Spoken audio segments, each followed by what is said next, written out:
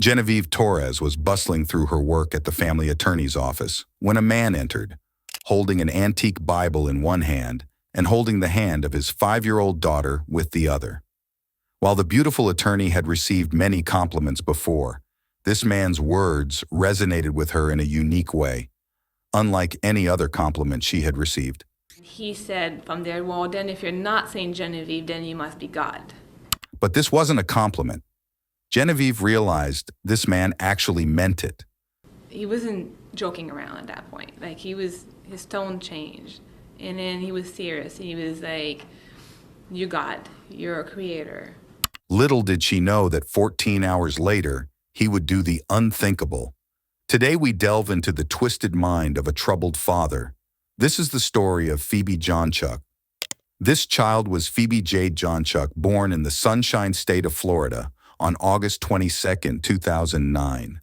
Her proud parents, Michelle Kerr and John Jonchuck Jr., welcomed her with open arms. Phoebe was a bundle of joy from the get-go, her spirit as free as a bird. She was my angel. I always called her my angel baby. She had this knack for posing for pictures, always ready to flash her radiant smile. But that wasn't all. Phoebe was a little performer too. Singing, dancing, and creating artwork were her specialties. It's the last drawings that Phoebe did and handed to her mother. With her long, curly blonde hair, sparkling green eyes, and a smile that could light up the darkest of rooms, Phoebe was a sight to behold. But behind Phoebe's joyful demeanor lay stories of hardship in her family's past. Phoebe's spirit, she was so lovable. Michelle Kerr's dad vanished when she was just a little girl, and when Michelle was only 16, tragedy struck again when her mother passed away.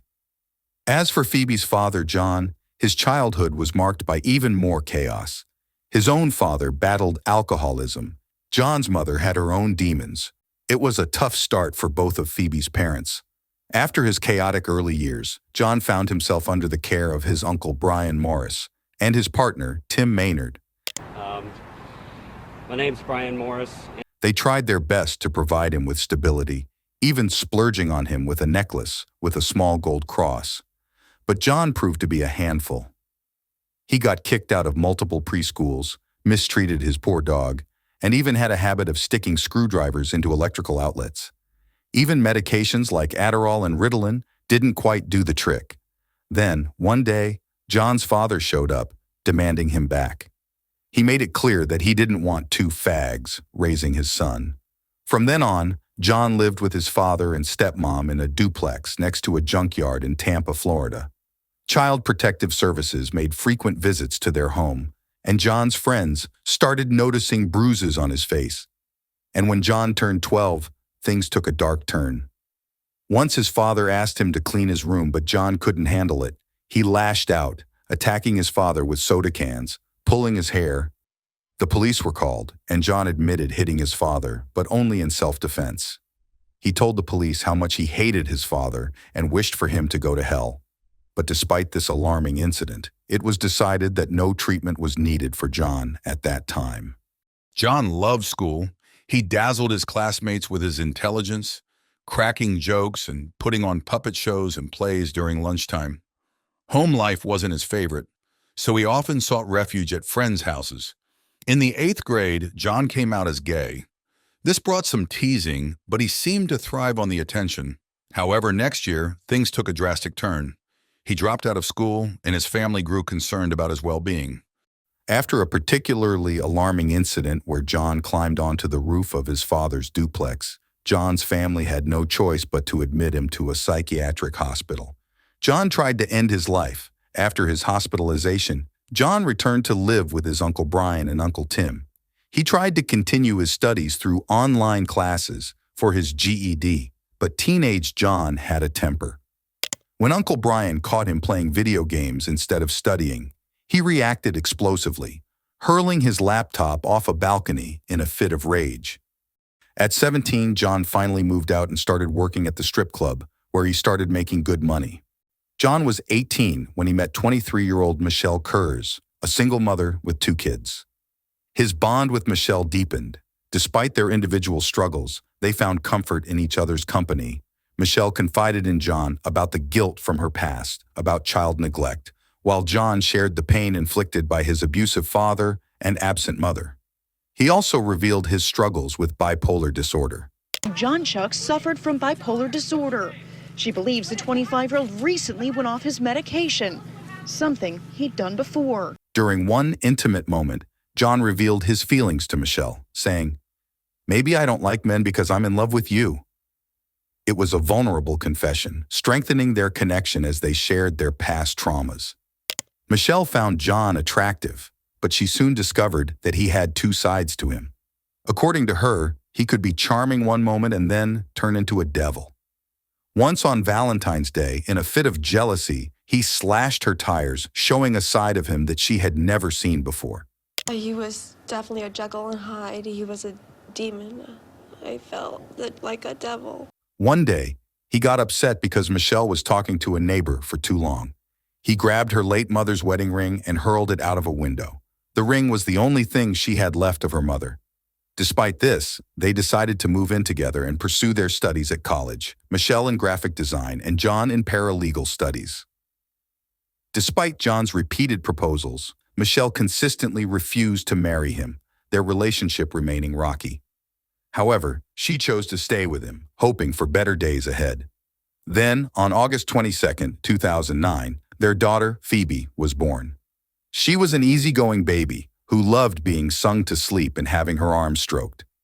John transformed into a doting father, eagerly taking on diaper duty, warming bottles, and wanting to be with Phoebe all the time. I can't even imagine. I mean, he did everything for that little girl. Phoebe's arrival ignited a change in John. Even his uncle Brian admitted, John became more responsible and involved than ever before. Meanwhile, Michelle had plans to return to work after her maternity leave, but her health took a turn for the worse. Kerr suffers from MS and admits while she and Phoebe's dad, Jonchuck, had an abusive relationship when they were together. She was diagnosed with multiple sclerosis and had to go on disability. The 29-year-old suffers from multiple sclerosis and says when she became sick and physically unable to care for Phoebe, she allowed Jonchuck to care for her. John attempted to return to work, but he struggled to maintain a steady job. Then he turned to various dubious money-making schemes, including printing fake checks. After faking a fall, he even sued the Cheesecake Factory for a hefty sum. John's turnaround was short-lived. When Phoebe was just 10 months old, the police were called to their home for a domestic incident. John had thrown Michelle to the floor. However, Michelle decided to drop the charges after John completed a domestic violence program. Years later, another disturbing incident occurred when John attempted to choke Michelle, prompting another call to the authorities. Phoebe, only 2 years old at the time, locked herself in her parents' bedroom. After John and Michelle agreed to undergo counseling, the charges against him were again mellowed down. As Phoebe grew, she appeared to be a shy child, often withdrawing into herself at daycare. Linda Matos was a good friend of John. And I can't even imagine. I mean, he did everything for that little girl. Despite Linda's efforts to engage her, Phoebe remained hesitant to speak. She was even fearful of water, showing no interest in learning to swim. It's the most heart-wrenching is that I know that Phoebe was petrified of water. She could not swim. John's mother returned to their lives, finally sober. Phoebe warmly embraced her as Mama. However, while Phoebe welcomed her grandmother, John became very resentful toward her for leaving him as a child. During Phoebe's toddler years, John continued to abuse both his wife and mother, with Phoebe unfortunately witnessing these traumatic events. Phoebe was even present when John was arrested for an incident in the bathroom. Although Michelle dropped the charges, but she had enough. She finally decided to leave him for good. Upon John's release from jail, he falsely accused Michelle of harming him, resulting in a restraining order against her in custody of Phoebe. Michelle was unable to see her daughter for over a year as a result. I went to court with him. I provided records here saying that she was stable here and he was a good parent. And, now I feel horrible because I didn't know him in that way. In 2013, the Florida Department of Children and Families recognized the danger Phoebe faced due to her family's history of violence and neglect. Yet the authorities didn't intervene. Despite John's violent behavior towards Michelle and Mama, he had a deep love for his daughter, Phoebe. He enjoyed simple pleasures with her. John took pride in caring for her, brushing her long curly hair and letting her win at tic-tac-toe. He taught her the alphabet and helped her write her name with a crayon. Over the following year, John and Phoebe moved frequently, never settling in one place for long. They relied on the kindness of friends and family, often single moms who couldn't resist Phoebe's charm. While there was one occasion where he was seen being rough with Phoebe, dragging her out of the room, most of his anger was directed towards others. For a while, Phoebe had the opportunity to live with John's Uncle Brian and Uncle Tim, while John stayed at a friend's house. Their Victorian house with a koi pond provided Phoebe with well-deserved happiness. Uncle Brian owned a roofing company and lived a very comfortable life. Brian and Tim even considered adopting her. She was special. She was special to our hearts. But John rejected the idea, saying he can't let two fags raise her daughter, echoing his own father's stance from years before. In 2014, Phoebe started kindergarten at Cleveland Elementary School, celebrating her 5th birthday just 2 days after school began. Phoebe truly loved school, and she truly loved her classmates. Mama adjusted her work schedule to be the one to drop Phoebe off each day, bringing some stability to her routine. Mama, she actually lived with my partner Tim and Mama up until July when Mama got her own place to stay. Phoebe moved into her grandmother's house, experiencing what may have been the most stable period in her life. She found comfort in sleeping in her grandmother's bed, saying her prayers, and hugging her baby doll, Lucy. I gave her everything I could and all the love that I could ever give.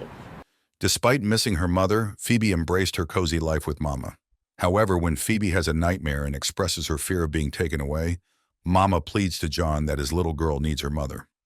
Meanwhile, Michelle never stopped asking to see her daughter. There was at one point where the mom came with the police trying to take her, and I stood my ground with my restraining order and didn't allow her to take her. Eventually, John agreed to a Thanksgiving dinner with Michelle and her new boyfriend at Cracker Barrel. However, tensions arose when Phoebe asked if she could stay with her mother, and John adamantly refused. In the weeks following Thanksgiving, things took a turn for the worse for John. He lost 2 jobs and heard the news of Michelle's upcoming marriage, stirring up deep-seated fears of abandonment and rejection. Feeling betrayed, John made distressing calls accusing Michelle of mistreating Phoebe. As soon as there was a bump in the road, it was, who can I go after? Who can I make suffer for something that I didn't get? His behavior became increasingly erratic. Top it all off, he was also facing legal troubles with his lawsuit against the Cheesecake Factory, and now the Social Security Office was threatening to cut off Phoebe's benefits. With each setback, John's mental state spiraled further. Despite the challenges, Phoebe and John spent Christmas Eve at Michelle's house with Mama and Michelle's boyfriend. They shared a meal and even said a prayer together. Mama was relieved to see John embracing faith, even carrying around an old family Bible. On Christmas Day, John reached out to Michelle, saying he wouldn't oppose Phoebe seeing her anymore. But when Phoebe received lovely presents from Mama, John erupted in anger at Mama, accusing her of never doing the same for him ever. Then tensions between John and Michelle escalated, with their text exchanges turning increasingly hostile. On December 29th, Michelle called the DCF hotline, reporting John for hitting Phoebe years earlier and his lack of stable housing for her. On New Year's Eve, John filed for another restraining order, alleging that Michelle's new boyfriend had weapons in their home, but the request was denied. Meanwhile, Phoebe spent a pleasant evening with Mama, watching fireworks with her great-uncles. John spent a day doing yard work at his mama's house, but when she asked if she could have Phoebe's custody, John took Phoebe to his dad and stepmom's house, and Phoebe didn't return to school for the next 2 days. Meanwhile, John became increasingly fixated on the ancient Swedish Bible, claiming that Phoebe was a demon. Concerns grew among his co-workers as he rambled about biblical stories and sacrificial rituals. They contemplated getting him help, but feared he might lose custody of Phoebe if he got treatment. On Wednesday, January 15th, John brought Phoebe to meet with his lawyer, Genevieve Torres, as he wanted custody. However, John's behavior became increasingly erratic during the meeting. He failed to focus, waved his hands around, and insisted on discussing the Swedish Bible, even though Genevieve couldn't understand it. He said from there, well, then if you're not Saint Genevieve, then you must be God. And that then the conversation, and he was serious. Like, he wasn't joking around at that point. Like, his tone changed. And then he was serious. He was like, you God, you're a creator. And I said, no, and I'm definitely not God. And I was starting to be a little, not at that point, I knew something was not right. John also mentioned an upcoming appointment with a priest for baptism. Alarmed by John's behavior, Genevieve decided to call the police after he left. Hi. 911, what's your emergency? Yes, okay. I have a client that came in. It's a client of mine. He hired me yesterday. I'm a family attorney.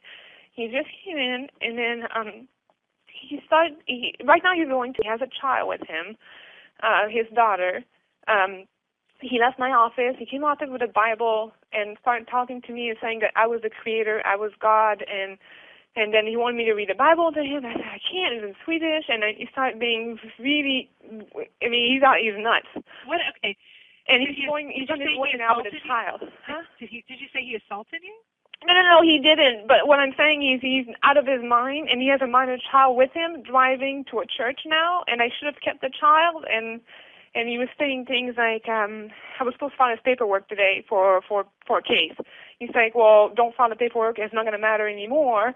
And then he wanted me to take him to the church, and then he wanted to leave the child here, and I should have kept the child, but now he's left with the child. Okay, did he make statements like he wanted to harm himself? No, well, he keeps saying that he said that he keeps saying that I was he wanted me to, he keeps saying that I was God, and I keep saying I wasn't, and he said that he needs to go to the church to get baptized now, and that he not to file anything because things are not going to matter anymore, and he wanted to leave the child here, and then he didn't want to drive, and then he wanted to drive, so I don't know if he's on drugs. How long ago did he leave? He just 5 minutes ago. Genevieve feared for Phoebe's safety. She expressed her concerns about John's mental state and his possession of a minor child.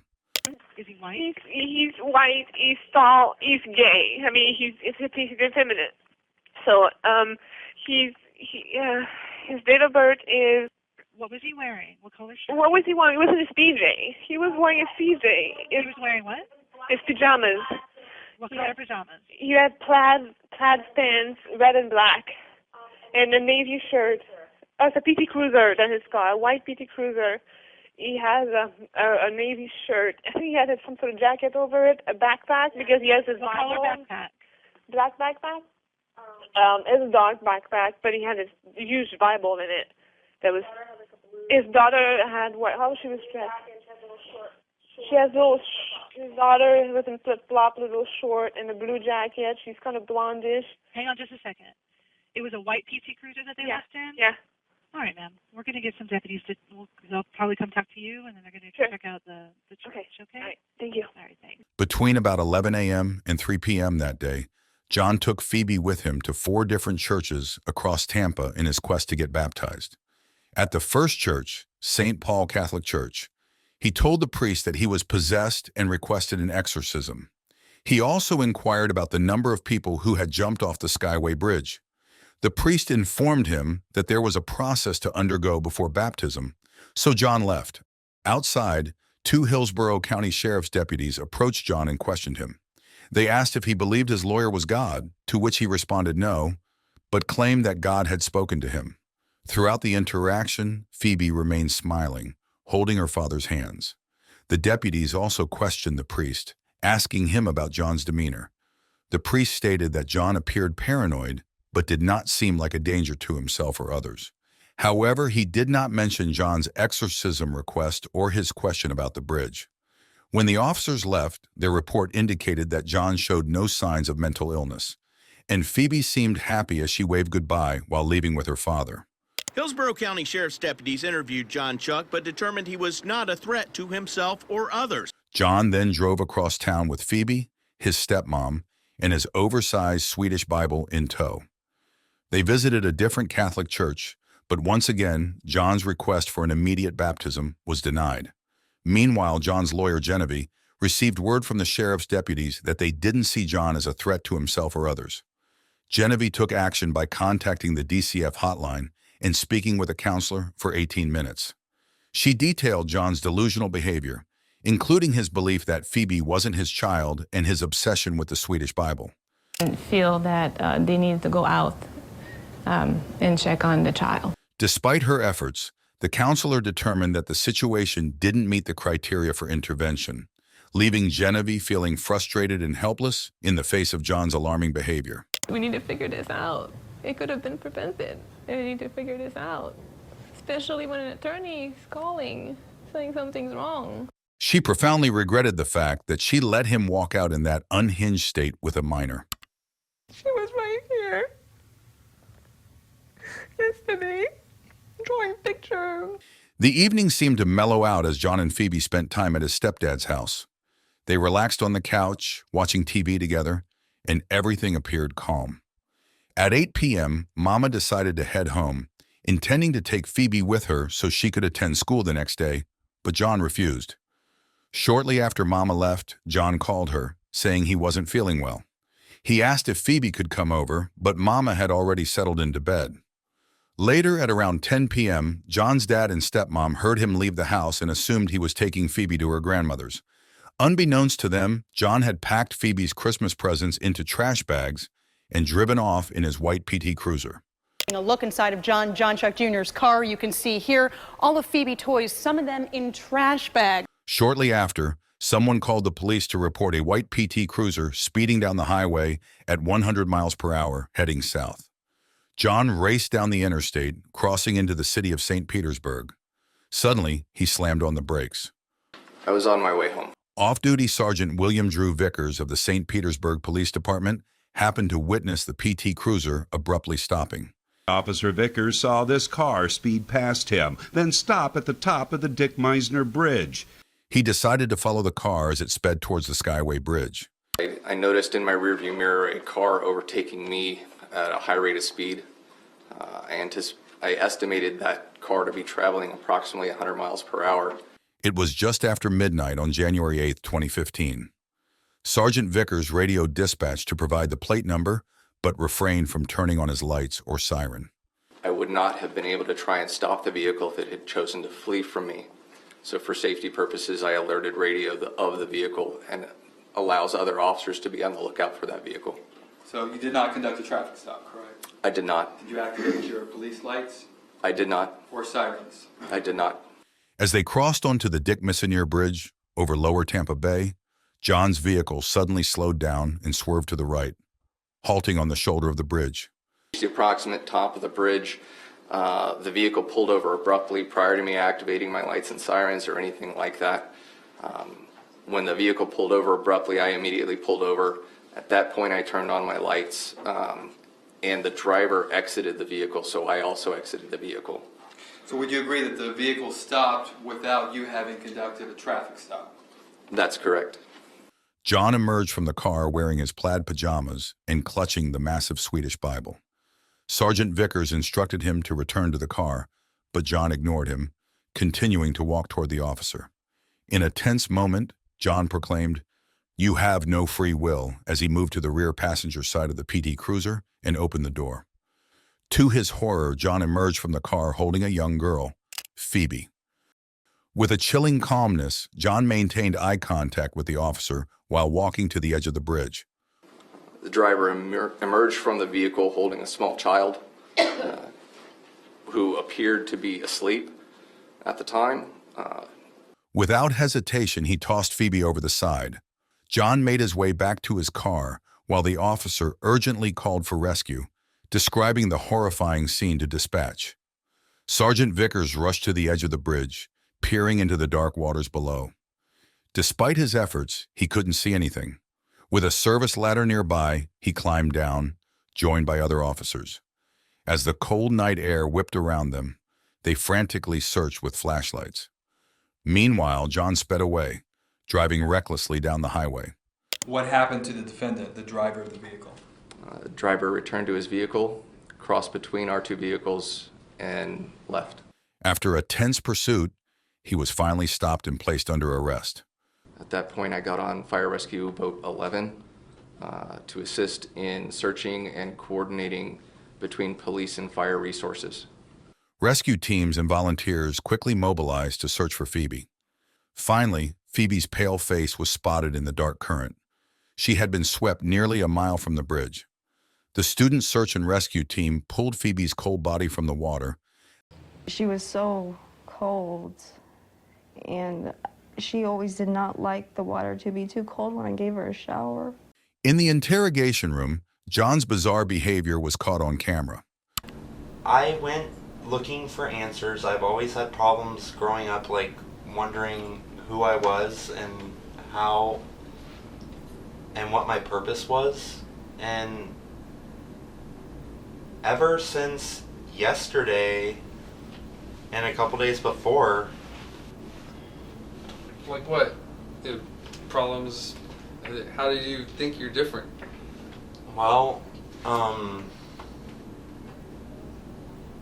it's like, I don't know, like when I went to the church What today, church?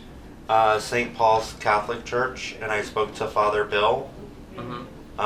He told me that I wasn't going to be ready this Easter, but next Easter, and that I was the Pope. That Francis or whatever is not like. He's not the real Pope? Yes. John claims he is the Pope, and the detective allows the delusion to continue by simply confirming that he heard him correctly. This approach makes John feel believed, increasing the likelihood of him opening up and talking. And my grandma's name, and I do have Greek heritage, believe it or not. My grandma's maiden name is Vladimir. And it's always been weird, and I've had people coming up to me recently and asking me what my name is, and I've only been able to say John. Prior to this, weeks prior to this, and they would ask me what my last name is, and I would just say John. Like you just physically couldn't say your last name, or It my name just- is Jonchuck, or he's just John?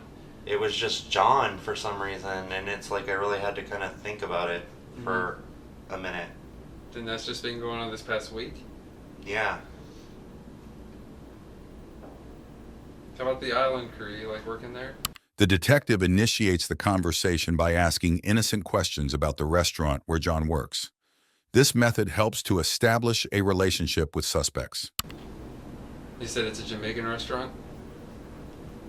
I kind of felt uncomfortable. Uncomfortable? How so? I mean, it's a job. How do you know all this stuff? You told me when I was asking you what your name was and what you said that you worked at Island Crew, and that it was a Jamaican restaurant, or it's like a cafe, is how you put it. Well, I did, but I felt like he was dishonest. And Who's that? The owner, like he was. I don't know. No? You said was it the owner that was being dishonest? What made you think he was being dishonest? He was going to different restaurants. And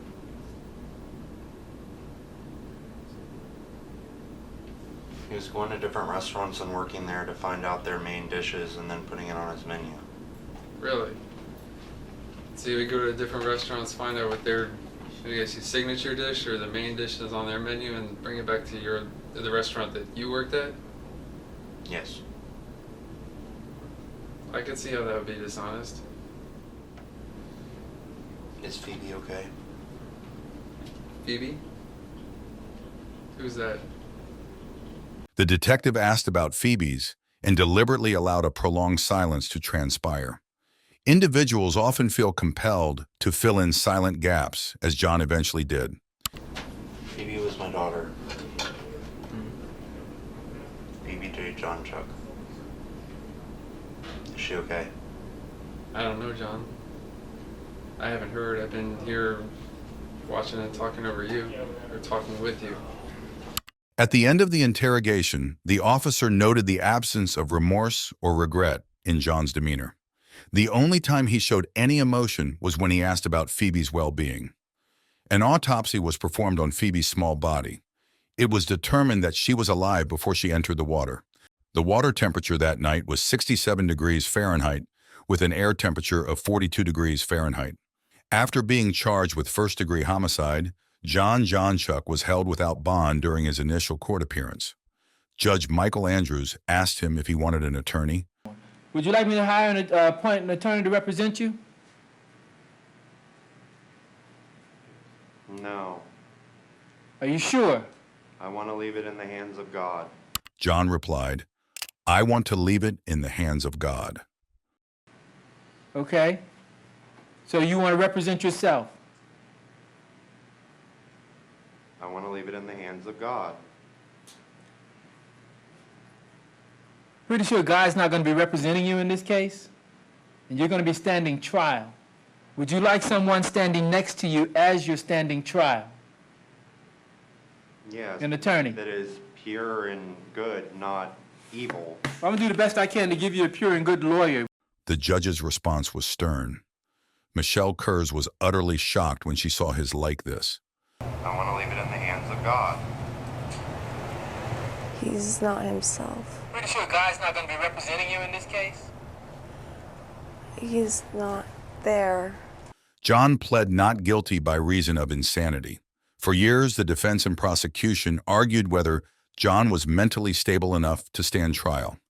He underwent psychiatric evaluations, and eventually he was deemed competent to stand trial. John's trial began in 2019. Throughout the proceedings, the defense argued that Jan was insane at the time of the killing, driven by imagined voices and delusions, and unaware that his actions were wrong. However, experts testified that while John did suffer from delusions, his mental illness was not the primary motive for Phoebe's death. On the other hand, prosecutors contended that John acted out of vengeance, killing Phoebe to prevent her mother from gaining custody. If he can't have her, they're not going to have her. Prosecutors also argued that John was resentful that his own mother loved Phoebe more than she had ever loved him. On April 16th, the jury delivered its verdict, finding John guilty of first-degree homicide. He was sentenced to life in prison. Phoebe's tragic death sent shockwaves through the Tampa Bay community. Many had seen her with her father in the days leading up to the incident. Phoebe's relatives questioned if they could have intervened earlier. Her teacher wondered if she made a mistake standing up for John. But, now I'm thinking, I put her in the hands of somebody worse. Sergeant Vickers wondered if his interaction with John on the bridge could have been different to save Phoebe. It was initially very difficult to talk about it because it made me so angry it brought me to tears. Genevieve, John's lawyer, wondered if had she kept Phoebe in her office that fateful day. Phoebe's grandmother, Mama, blamed herself, questioning if her past actions had somehow contributed to the tragedy. I never really thought that he would ever do anything to hurt his daughter because he loved his daughter. Phoebe's funeral took place on January 14, 2015, at Lake Magdalene United Methodist Church. Around 150 people gathered to bid farewell to the young girl whose life ended tragically. Laid to rest in a multicolored striped shirt, her two favorite dolls tucked in beside her. For the little girl who loved colors, a pink casket. After the service, Phoebe's casket was carried to Lake Carroll Cemetery, where she was laid to rest between her grandparents.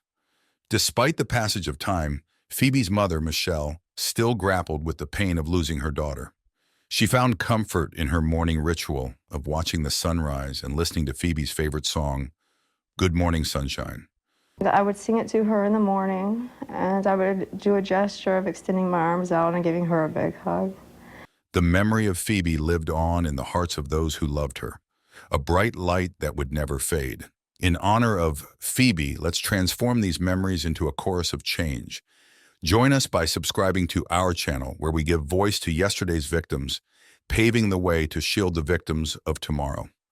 Together, let's turn the echoes of tragedy into a resounding call for awareness and change.